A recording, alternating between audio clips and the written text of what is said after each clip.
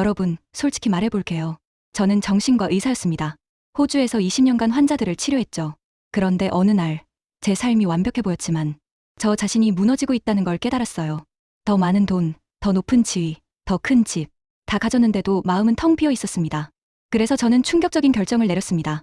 모든 걸 내려놓고 미얀마로 가서 승려가 되기로 한 거예요. 네, 정신과 의사가 출가를 한 겁니다. 미친 짓 같았죠? 하지만 그곳에서 저는 2600년 전, 한 사람의 통찰이 현대 정신의학보다 더 정확하다는 걸 발견했습니다. 그 사람은 바로 부처님이었어요. 오늘 제가 여러분께 소개할 책, 부처님 말씀대로 살아보니는 제 이야기입니다. 토니 페르난도, 바로 저의 이야기죠. 여러분, 이런 경험 있으시죠? 아침에 일어나면 벌써 피곤해요. SNS를 확인하고 다른 사람들의 완벽해 보이는 삶을 보며 초라해집니다. 출근하면 이메일이 수백 개, 해야 할 일은 산더미. 저녁엔 넷플릭스보다 잠들고 다음 날 또 똑같은 하루. 주말엔 뭘 했는지도 기억 안 나고요. 전 세계에서 가장 살기 좋다는 호주, 뉴질랜드에서도 사람들은 매일 제 진료실을 찾아왔습니다. 선생님, 전 다 가졌는데 왜 이렇게 불행한가요? 이 질문에 저는 항우울제를 처방했죠. 그게 제 일이었으니까요. 하지만 약으로는 근본적인 해결이 안 됐어요. 그러던 어느 날, 저는 부처님이 2600년 전에 이미 답을 알고 있었다는 걸 발견했습니다. 부처님은 의사처럼 접근했어요. 먼저 증상을 진단하고 원인을 밝히고 치료법을 제시했죠. 부처님은 우리의 고통을 두카라고 불렀습니다. 현대 심리학의 스트레스와 정확히 같은 개념이에요. 그리고 생각이 걷잡을 수 없이 증폭되는 상태를 파판차라고 했죠. 이게 뭐냐면요. 여러분이 상사한테 문자 하나 받았다고 칩시다. 내일 아침 일찍 보자. 딱 이 한 줄. 그 순간부터 머릿속이 난리가 나죠. 뭐지? 실수한 게 있나? 혹시 해고당하는 건 아니야? 아니면 승진? 근데 내가 뭘 잘못했더라? 밤새 잠도 못 자고 온갖 시나리오를 만들어냅니다. 다음 날 아침에 가보니까 그냥 새 프로젝트 브리핑이었어요. 이게 파판차입니다. 생각이 생각을 낳고 그 생각이 감정을 만들고 그 감정이 우리를 지배하는 거죠. 저는 이 메커니즘을 20년간 환자들에게서 봤어요. 그런데 제 자신도 똑같았습니다.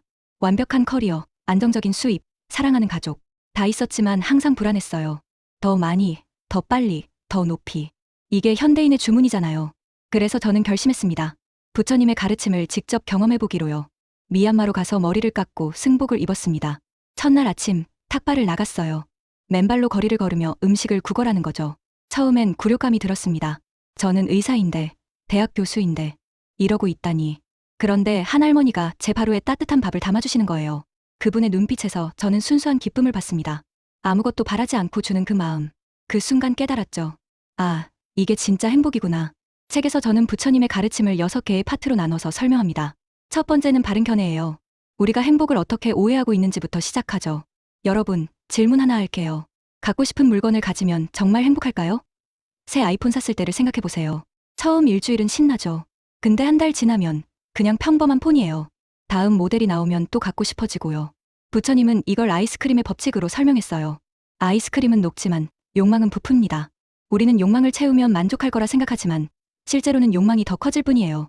두 번째 파트는 지혜, 계율입니다. 여기서 중요한 게 뭐냐면 부처님의 계율은 벌을 받지 않기 위한 규칙이 아니라는 거예요. 스스로를 보호하기 위한 가이드라인이죠. 첫 번째 계율, 친절하고 정직하게 말하라. 간단해 보이죠? 근데 우리는 매일 이걸 어깁니다.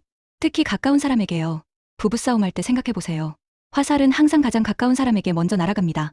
책에서 저는 좋은 말을 고르는 5가지 질문을 제시해요. 말하기 전에 이 질문들을 스스로에게 던져보는 거죠. 이것만 실천해도 인간관계가 완전히 달라집니다. 근데 그 5가지가 뭔지는 책을 보셔야 알 수 있어요. 세 번째는 보시입니다. 베풀미죠. 여기서 제가 미얀마에서 경험한 놀라운 이야기가 나와요. 가난한 사람들이 제게 음식을 나눠주면서 환하게 웃는 거예요. 그들은 물질적으로는 거의 아무것도 없었지만 마음은 풍요로웠습니다. 뇌과학 연구 결과가 있어요. 타인을 위해 돈을 쓸 때, 자신을 위해 쓸 때보다 뇌에서 더 많은 행복 호르몬이 나온다고 합니다. 베풀문 받는 사람보다 주는 사람을 더 행복하게 만들어요. 근데 우리는 반대로 살죠.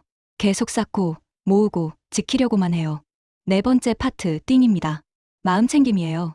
이게 요즘 엄청 유행하잖아요. 근데 대부분 잘못 알고 있어요. 마음 챙김은 그냥 명상 앱 켜고 10분 앉아있는 게 아니에요.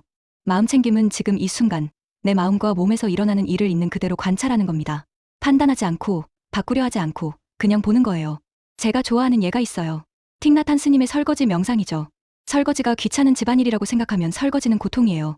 하지만 설거지하는 그 순간에 온전히 집중하면요. 따뜻한 물의 감촉, 비누 거품의 촉감, 깨끗해지는 그릇의 느낌. 이게 다 명상이 됩니다. 책에는 호흡 명상, 걷기 명상, 먹기 명상 등 구체적인 방법들이 나와요. 그런데 여기서 다 말씀드리면 재미없잖아요? 5번째는 회, 지혜입니다. 여기서 충격적인 내용이 나와요. 우리는 물질에만 중독된 게 아니라 신념에도 중독되어 있다는 거예요. 부처님은 심지어 자기 가르침도 버리라고 했습니다. 가르침은 뗏목과 같다. 강을 건넜으면 뗏목을 버려라. 들고 다니지 마라. 얼마나 혁명적인 말입니까? 대부분의 종교는 자기 교리를 절대 진리라고 하는데 부처님은 그것조차 집착하지 말라고 했어요. 우리가 내가 옳다고 확신할 때 그게 가장 위험한 순간입니다. 왜냐면 그 순간 우리는 배우기를 멈추니까요. 책에서는 고정된 견해에서 벗어나는 구체적인 방법들이 나오는데 이건 직접 읽어보셔야 해요. 마지막 6번째는 즈베이, 자비입니다. 친절과 연민이죠. 이게 왜 마지막일까요? 앞에 5가지를 먼저 실천해야 진정한 자비가 가능하기 때문이에요. 우리가 스트레스 받고 지쳐있으면 친절할 수가 없어요. 부모가 바쁘면 아이한테 짜증내는 게 당연하죠. 그래서 자비의 첫걸음은 내가 지쳤다는 걸 인정하는 겁니다. 나 자신에게 먼저 친절해야 해요. 책에는 자해 명상, 통랩 명상 같은 실제 수행법들이 나와요. 제가 환자들에게 실제로 가르쳤던 방법들이죠. 효과가 검증된 것들이에요. 여러분, 여기서 질문 하나 드릴게요. 저자인 제가 이 책을 통해 정말 하고 싶었던 말이 뭘까요? 그건 바로 이겁니다. 행복은 밖에 있지 않아요. 더 많이 가져도, 더 높이 올라가도 행복은 오지 않습니다. 행복은 마음을 다루는 기술이에요. 부처님은 종교 지도자가 아니었어요. 인간의 마음을 정밀하게 관찰한 최초의 심리학자였죠. 2600년 전의 통찰이 현대 뇌과학으로 증명되고 있다는 게 놀랍지 않나요? 이 책은 단순히 불교 책이 아닙니다. 마음 사용 설명서예요. 우리는 스마트폰 사용법은 배우는데 정작 가장 중요한 마음 사용법은 아무도 안 가르쳐줬잖아요. 정리해 볼게요. 부처님 말씀대로 살아보니는 2026년 2월 20일 윌마 출판사에서 나온 책입니다. 자기개발, 인문교양, 그리고 불교 장르를 아우르는 책이죠. 이 책을 특히 추천하고 싶은 분들이 있어요. 마음관리에 어려움을 겪는 현대인, 심리학과 명상에 관심 있는 분들, 종교적 부담 없이 삶의 지혜를 얻고 싶은 분들, 그리고 진정한 행복이 뭔지 궁금한 모든 분들께 추천합니다. 제가 20년간 환자를 치료하고 4번이나 출가하며 배운 것들이 이 책 한 권에 담겨 있어요. 읽기만 하지 마시고 실천해보세요. 하루 5분이면 됩니다. 그 5분이 여러분의 인생을 바꿀 거예요.